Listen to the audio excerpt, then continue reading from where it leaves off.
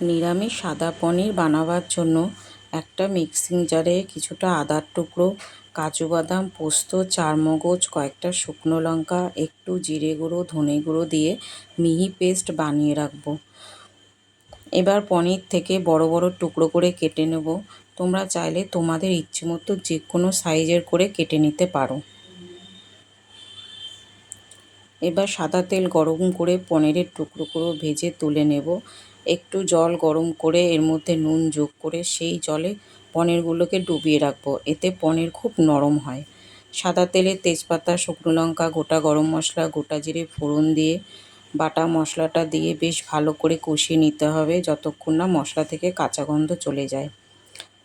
এরপর অল্প মশলা ধোয়া জল যোগ করে পরিমাণ মতো নুন, স্বাদ মতো চিনি দিয়ে আবারও মশলাটাকে বেশ ভালো করে কষিয়ে নিতে হবে। তেল ছেড়ে এলে পনিরগুলো দিয়ে নেড়ে চেড়ে গ্রেভির জন্য জল যোগ করে আবারও বেশ ভালো করে মিশিয়ে নিয়ে ঢাকা চাপা দিয়ে রাখতে হবে 10 মিনিট মতো। 10 মিনিট পর ঢাকনা খুলে গুঁড়ো গরম মশলা আর 1 চামচ মাখন মিশিয়ে নেড়ে চেড়ে নিলেই রেডি আমাদের সাদা পনিরের তরকারি। এই রান্নাটায় কোনো হলুদের ব্যবহার হবে না।